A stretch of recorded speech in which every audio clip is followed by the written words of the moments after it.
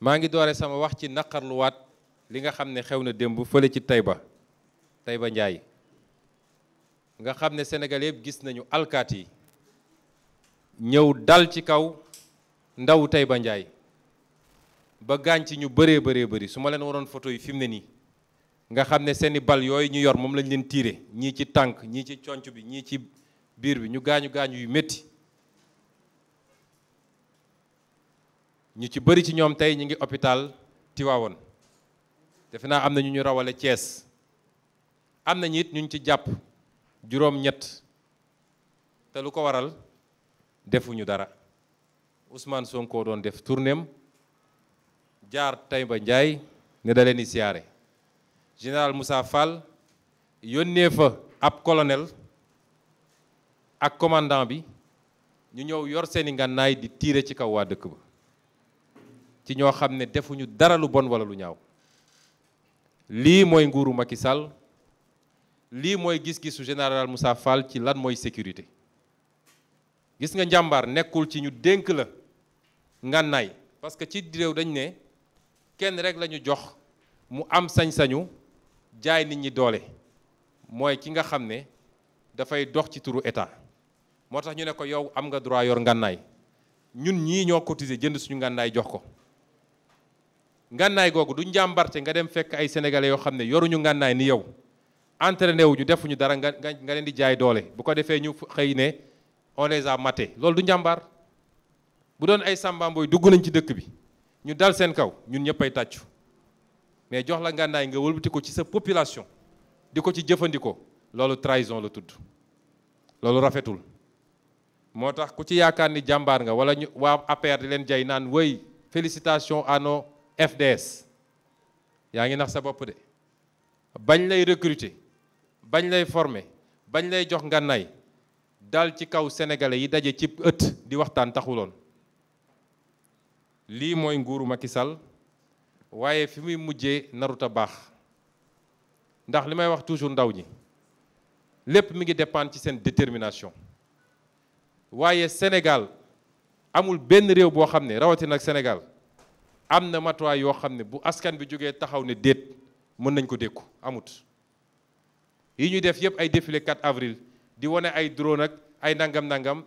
c'est pour gagner la bataille psychologique c'est pour xoqatal ba kenn dootul ñeme waaye jógu Sénégalais yi 65% de jeunes la population bi jógu Sénégalais yi xajul ci Macky Sall xajul ci Moussa Fall xajul ci jeune yàgg moo tax bu leen dara ragal loo léeg-léeg dafa bokk sa bëgg sa réew bu réew mi demee ba toll fenn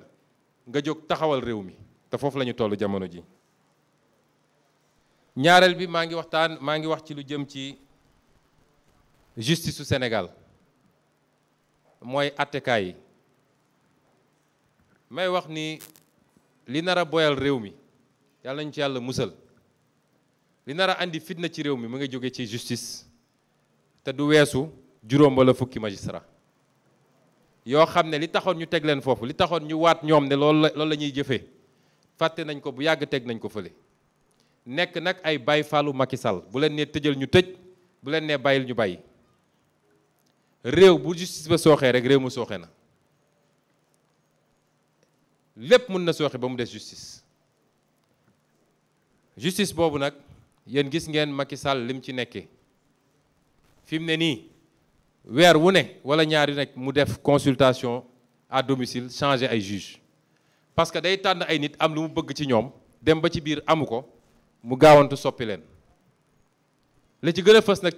ci li muy bëgg ci ay juge te amu ko mu mer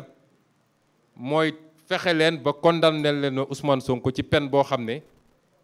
dootul mën a nekk candidat la ca des mooy ñooñu Ousmane Sonko yi jàpp leen ci ñu bëri def leen mandat de dépôt pour que ëllëg ma am poñ bu ma jàpp bu ma ko jàppee justice boobu nag ñun daf ñoo yàgg lor dama bëgg a fàttali Sénégalais yi ndax fàttali day jëriñ boroom xel bi ma commencé dund naa man ba 2016 musuma am affaire ak justice jàng toppatoo sama yaram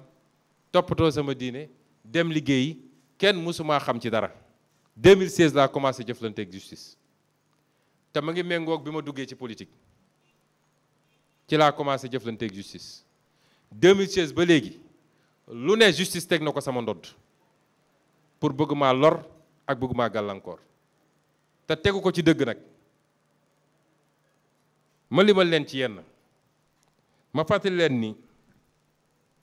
daaw jéeg bi ñuy commencé seen complot bi woo nañ ma ne ma naa dem uy ji section de recherche te boobu jamono dama amoon sama malaanu kiiraay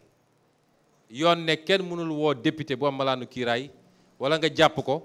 lu dul rek teggi nañ malaan boobu ñu teg ci dara juge bi nga xam ne moo fi newoon juge d'instruction daal di yónnee assemblée nañu teggi sama malaanu kiiraay te jamono joo xam ne procureur bi nga xam ne moo yor dossier bi tudduma ci dossier bi moom x la wax mooy ku ñu xamagul assemblée nationale ci base boobu mu teggi sama malaanu kiiraay te ba mu koy teggi commission bi ko waroon def méngoowul ak charte assemblée nationale bu ñu jógee foofu ñu woolu ma le 3 mars 2021 ma jóg di dem tribunal ñu attaqué ma fii ci rond-point Jet d'eau ci rond-point Stèle Mermoz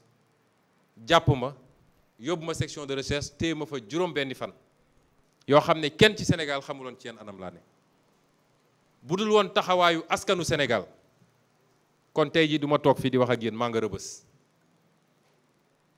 loolu tax li ñu bëgg a def nii mënuñu leen bàyyi ñu def ko xam ngeen ndax lan loo xam ne fukki bakkan ak ñeent rot na ci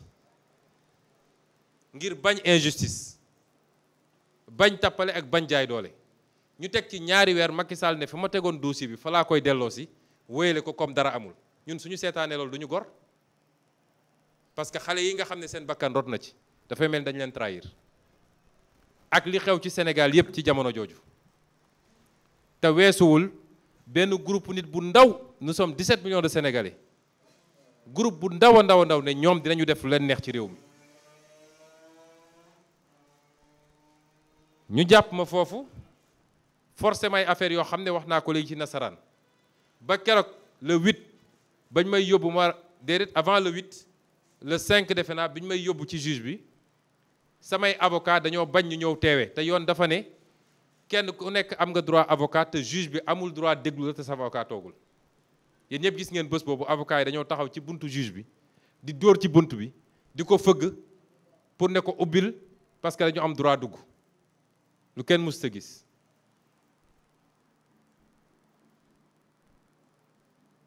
ñu jógee ci loolu ñu ne def nañ ma contrôle judiciaire ñaari at ak lu tegu nee nañ Ousmane Sonko amul droit tukki amul droit dem faju ji wala su amee mbokk ci bitim réew wala comme maire la amul droit dox ay njëriñu maire yam comme maire yëpp ni ñu koy defee lépp ñu xañ ma ko lépp ñaari at ak lu ci tegu li ci may gën a yéeme saa su ma bindee ne leen damaa war a génn fii ñaata nit ñoo nekk contrôle judiciaire ña ngay dem di ñëw am na maire bu leen ko wax fii nee na depuis 11 ans maa ngi contrôle judiciaire te maa ngi tukki tey ci suba rek la ma yónnee message ne ma maa ngi doog a ñibbisi mennum Ousmane Sonko la ñu ne amul droit dox wala mu génn réew mi te saa su ma bindee ne leen damaa bëgg a génn tontu sax duñ ma ko def maa xam jàll du ma sax tontu te yoon dafa ne su ma bindee daf ma war a tontu ne ma dinaa ko def wala du ma ko def ñu dellu si ci Maham Diallo ni mu instruction bu bon bu ñaaw bi mu instruire dossier bi dossier boo xam ne certificat médical ñëw na taxaw ne leer nañ Sénégal yëpp gis ko gynécologue bi nga xam ne moo yor affaire bi ñëw ne man gëmuma lii yàgg naa liggéey am naa 23 ans de métier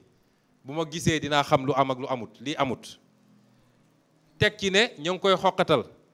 di ko menacer toj nañu otoom daj nañu këram teg ci ne Gabisso ak Mamour Diallo ñëw nañ di ko proposer xaalis bu bëri pour rek mu soppi PV bi loolu rek jeexaloon na dossier bi suñu nekkoon ci réew bu jaar yoon loolu rek teg nañ dossier bi fële ñu jóge ci loolu ñu ne ah ay prélèvement la ñu defoon prélèvement yi réer na juge bi mu ñëwee fekk fi prélèvement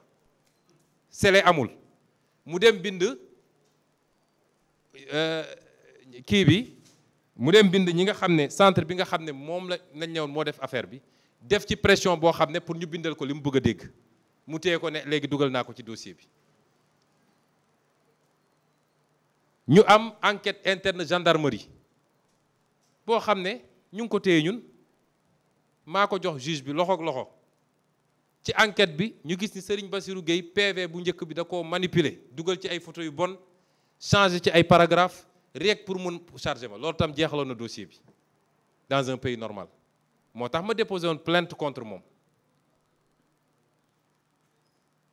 ñu toog dégg ay audio yuy génn ki nga xam ne moom la ne moom la ñu siif moo ñëw taxaw ne musuta am sequma sax dara ak moom juge woo ko ne ko lii sa baat la wala su baat mu ne sama baat la waaye dama doon caaxaan dama doon kaf yooyu yëpp am fi ak yeneen yoo xam ne suñ ko doon topp fii mun naa gudd malgré tout Omar Maham Diallo ne man Macky Sall nee na ma naa renvoyer dossier bi il faut ma renvoyer dossier bi loolu moo ci am may fàttali ni dossier yi ñuy créé di ko créé biñ ci mujjee génne jàpp nañ seen benn mbokk journaliste Babacar Touré ci lan nee nañu benn waaye bi ñuy wax Frédéric Nappel nga xam ne am na ay condamnation moom à de la prison ferme condamné nañ ko à prison ferme tey moom moo seexu Maham Diallo mooy ànd ak Maham Diallo yor naal fu muy waxee ne moom Maham Diallo moo ko jëlee Guinée Bissau ndax biñ ko ne songal dossier Ousmane Sonko dafa ne dañ ko ne dañ la jox 5 éléments GIGN ak 5 éléments BIP mu leen su ngeen ma joxoon 50 sax doyuma il faut ngeen andil ma Frédéric Nappel ñu dem jëli ko Guinée Bissau mu ñëw nee na bi mu ñëwee kooku moo ko ne kii nga xam ne moom moo ne dañ ko siif dee ma ko gungeel di ma ko yóbbul parce que dafa am problème sécurité ci koo xam ne am na condamnation ba tey ñu ne nekkatul alkaati moom mu ne nekk na alkaati ba léegi ci boobu li ma yor ma ne la ma ngay wax ne di toppatoo ab dossier boo xam ne ku doon luubal xaalis la di raxas ay xaalis lu mat 1 milliard ak lu ci tegu ñu jàpp ko mu dem di ko toppatoo ne Omar Maham Diallo moo ko yónni te suñ leen jàppalee ñooñu dinañ ci jot seen wàll. dem na ba ne dossier judiciaire am kenn du ko mus a gis ndax ma nga palais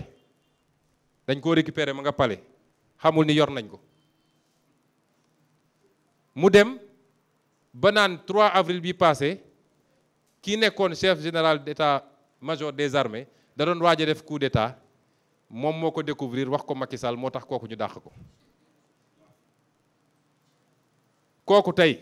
mooy acolyte Omar Maham Diallo nekk ci bureau suba ak ngoon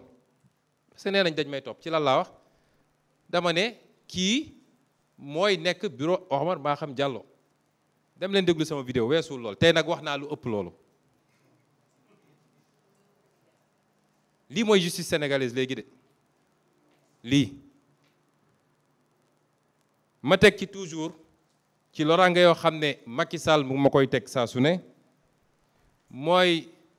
bu ñu nee salaamaaleykum mu waxuma la sama kër waaye sama koñ bi yëpp lay tëj Sénégal yëpp di ko gis sama doom du mun a dem école sama jabar mënul génn liggéey man su ma bëggoon dem boutique sax mënu ma faa dem sama mbokk bu ñëw ñu ne ko doo ñëw léeg-léeg mu def ko 2 fan 3 fan tëj noonu sama koñ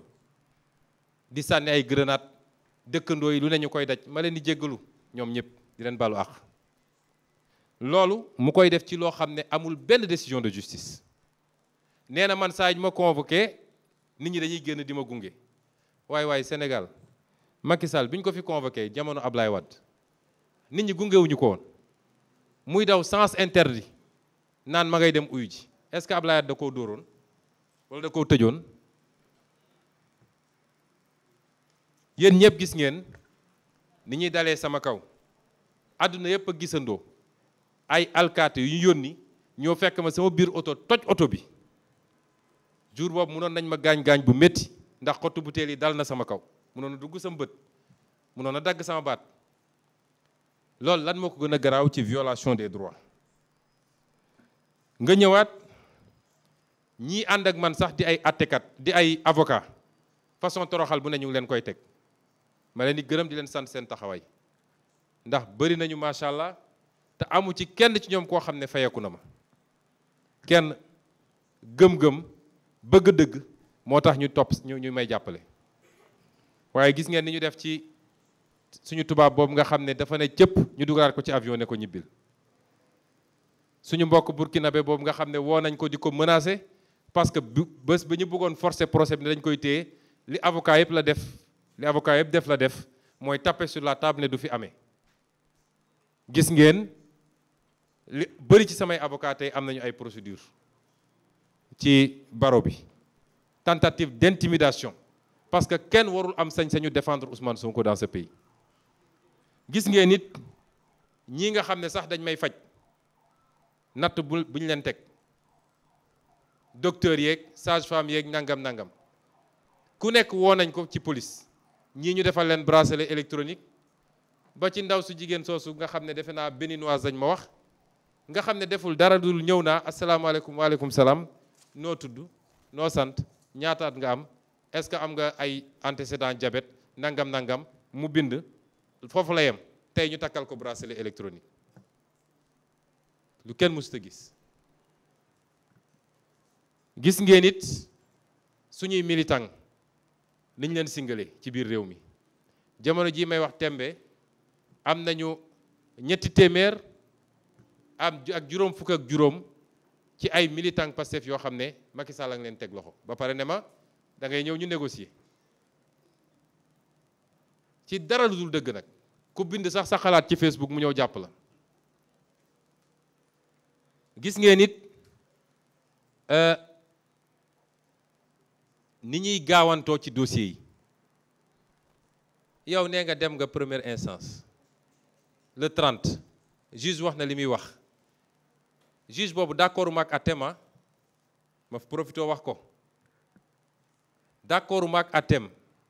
d'abord agressé nañ ma feebar naa tëdd naa samay avocat ñëw andi ay certificats médicaux mu ne du ko jël loolu pour lan ñaareel bi li mu def mooy li tubaab di wax couper la poire en deux ñee de xam naa ni 3 mois la ñu bëgg pour waa ji bañ a mën a nekk candidat du ma leen jox 3 mois waaye nag il faut ma sexal leen dara man gëw ma ni noonu la ñuy attee sooy atte bu waa ji defee condamné ko bu deful bàyyi ko yàlla xam na ni defuma kon def condamnation naan 200 millions depuis quand la ñu mus a gis diffamation ñuy raaj nit 200 millions fii Sénégal fan lañ ko mus a gisee ñoom ñu naan ay juge u Pastef laak nangam man de xaw ma ko musuma koo gis njort naa nag ni juge bu sérieux la peut-être dossier bee diisoon ci pression yi mais bu ñu jàpp ni d'accord nañ ci jugement bi de gis nga man du ma ramener les choses à une question de éligibilité na nekk candidat ñu bëri bi ñu leen ne lii rek dañ ne alhamdulilah tant que nekk na candidat rek ñi naan man mun naa fay 200 millions déedéet fukki dërëm duma ko fay waa ji bu yóbboo mu toog foofu di gént kon d'accord maak jugement bi et je le dis et c'est pourquoi samay avocat dugal nañu li ñu war a dugal ñoom it ci àjjuma bi passé ñu ne premier dossier ba ñu ne enrôlé nañ ko pour le 16 ci loo xam ne am na ñoo xam ne depuis ñeenti at ñi ngi chambre criminelle di xaar woowuñu leen ñu ne kur ko tey faw ñu woo Ousmane Sonko parce que jàpp nañ ni dossiers yi nu mu gën a sakkane dina am benn boo xam ne dañ ci am li ñu bëgg bu dee nag Sénégalais yi nangul nañu loolu Macky Sall man li ma dal yépp Sénégal la ma bëgg Sénégal la ma ko dal man li ma dal yépp bëgg Sénégal la amul lenn loo xam ne ci man la te yàlla xam na ni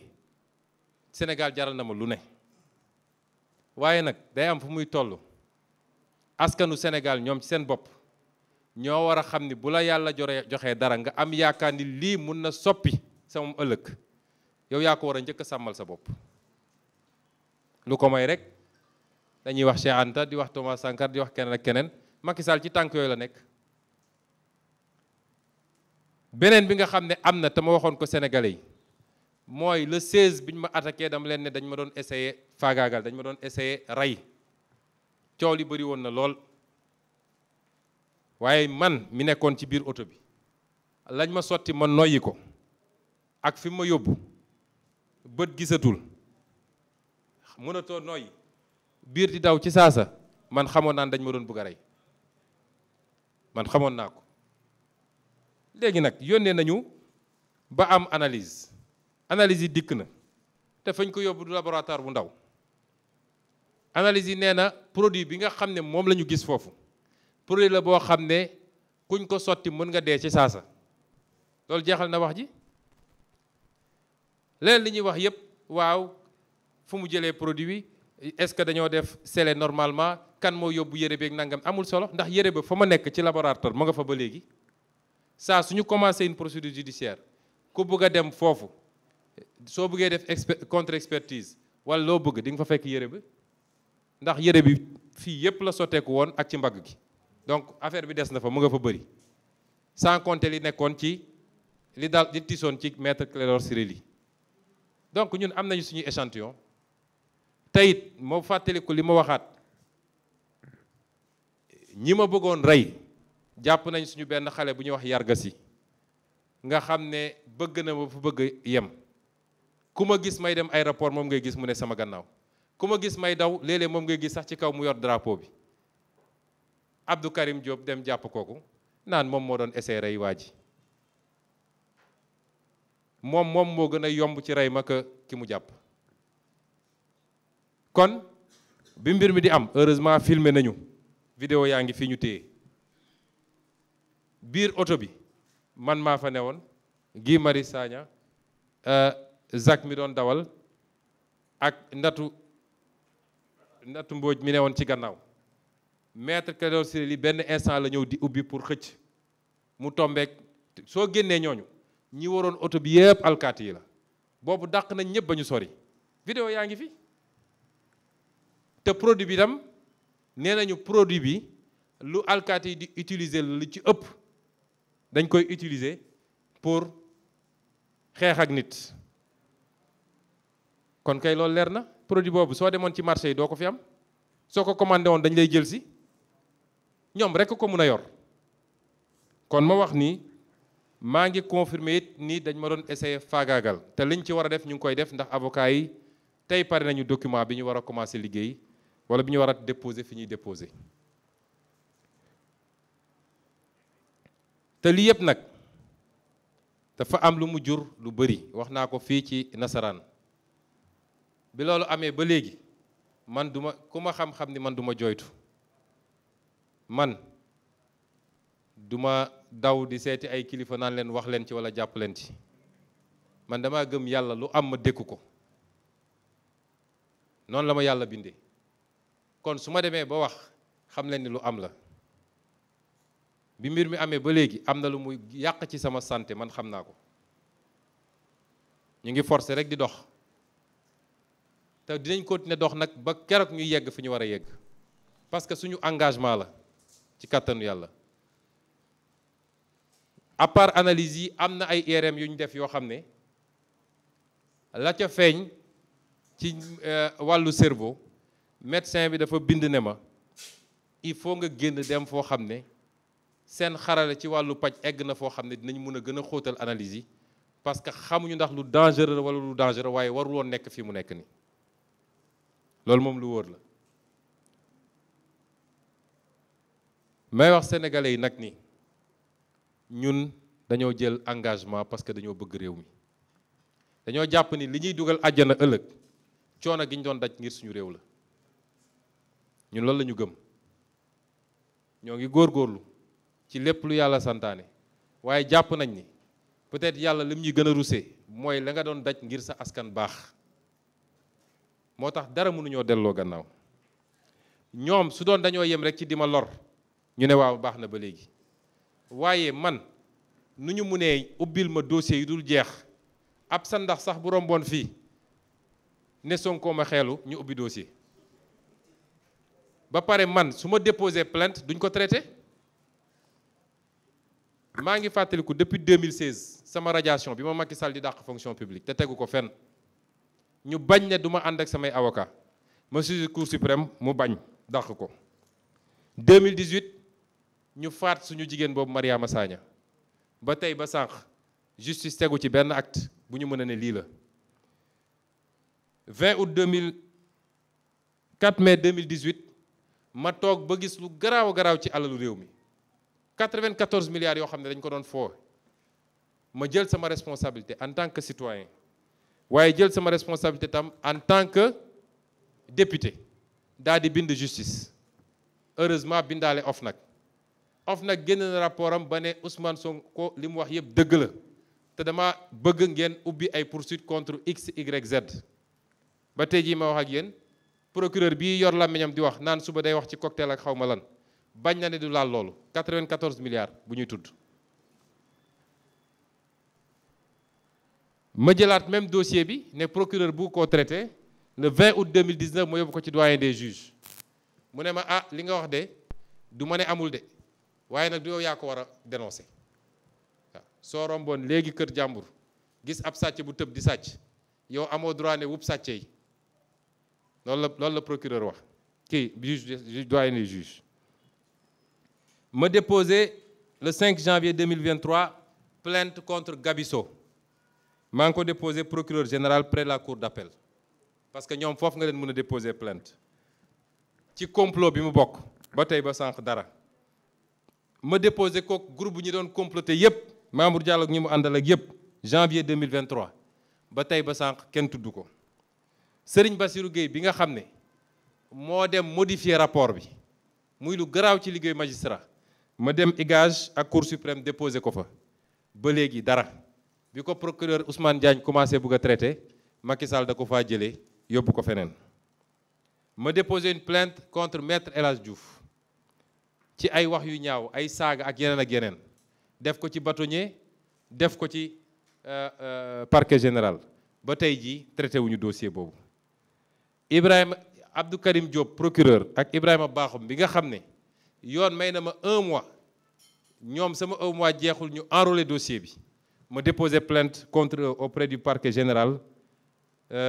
procureur général près la cour suprême le 12 avril 2023 ba léegi waxuñu ci ñu rey suñuy ndaw fukk ak ñeent au mois de mars 2021 nguur gi ne woon day ubbi enquête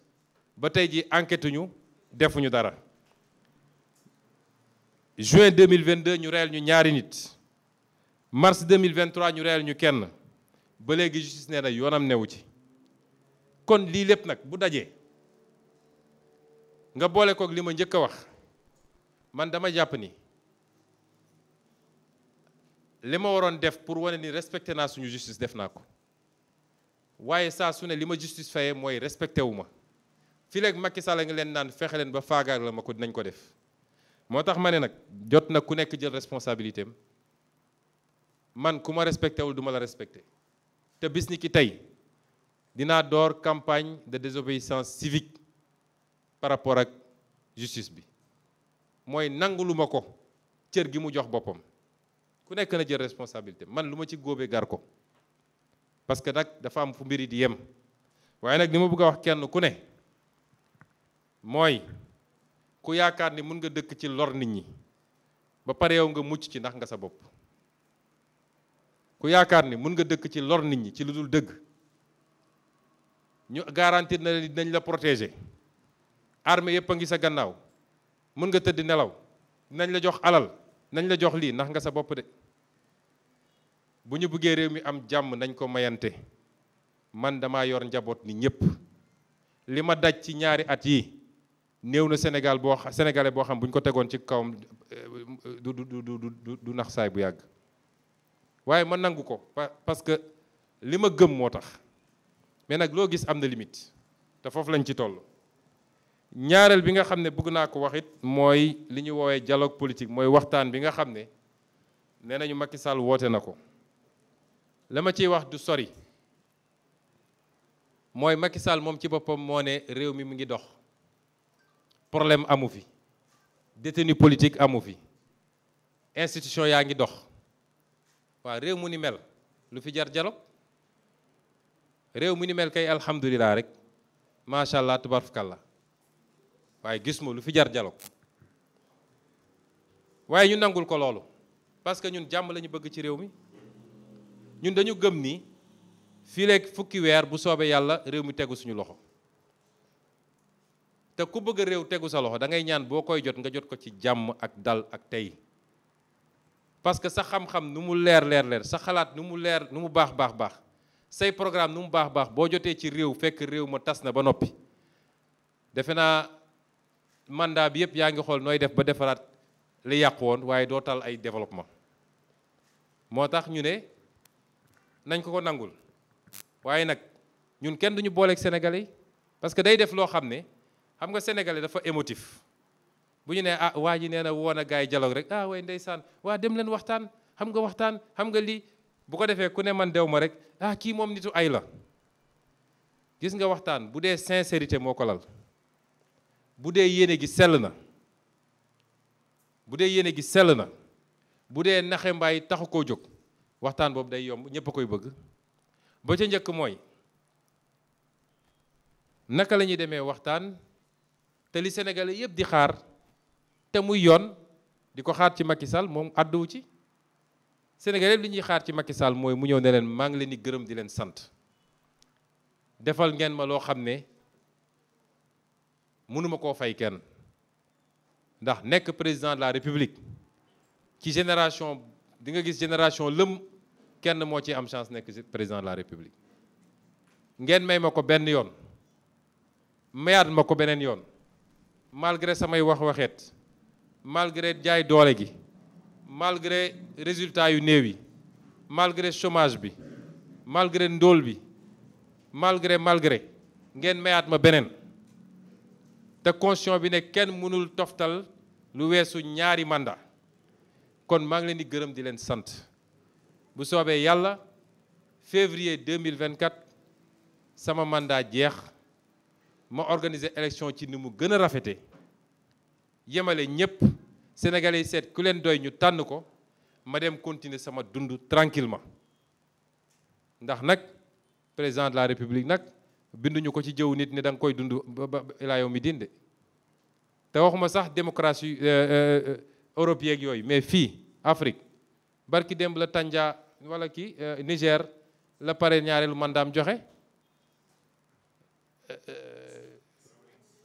Ghana moom dañ ko mujj miin keneen ak keneen keroog rek ñu ngi dégg Adama Barrow naan bu pare naa ci sa mandat bu jeexee léegi li lay defi moom élection am des na mais dafa teel a wax Gambien yi loolu la Sénégalais yi di xaar ci Macky Sall bu ko defee nag tey bu ko defoon Sénégalais yëpp ne ko oui monsieur le président ak lu mu mënoon def dinañ ne comme fexe na ba lii jeex ci jàmm nañ ko rusee loolu nit ñi doxal 10 mois yi jàmm am li mu am li ko dese ci ay chantier mu yeggali ko su ko mënee def li mu war a def dem yoonam lii nag suñ ci waxul te du lu ñuy régler ji ci biir dialogue ba parce que dialogue bi piège moo ne ci biir mais loo xam ne la moom digganteem ak sénégalais yépp la mu war koo wax tey ensuite ñaareel bi mooy woote woon na fi dialogue 2016 bu ngeen fàttali ko ñu jóge woon ci élection ci référendum bi 2016 bu leen fàttali ni référendum bi la ne woon ñaari mandat lay def buñ ko mayee deuxième mandat du def beneen moo ko waxoon fii ñëpp dégg ko vidéo yaa ngi fi cassette yaa ngi fi moo ko waxoon waaye bañ ci génnee bokk na ci poñ yi nga xam ne mi ngi woon ci référendum bi mooy dafa bëgg a wàññi mandat am jëlee ko ci juróom-ñaari at andi ko ci juróomi at Sénégalais yi voté à 62% téeméer boo jël juróom benn fukk ak ñaar ne ko d'accord dañu nga wàññi sa mandat jëlee ko 7 ans andi ko 5 ans loolu moo ne woon poñ bi gën a fës ci référendum boobu mu yolle ko waat dem conseil constitutionnel ne leen ah Sénégalais di ne nañ d'accord dañ pour ma wàññi sa mandat man bëgg naa ko wàññi waaye yéen lu ngeen ci xalaat ñooñu it sob waane ba ne ko Sénégalais li wax baaxut yow li nga wax baaxut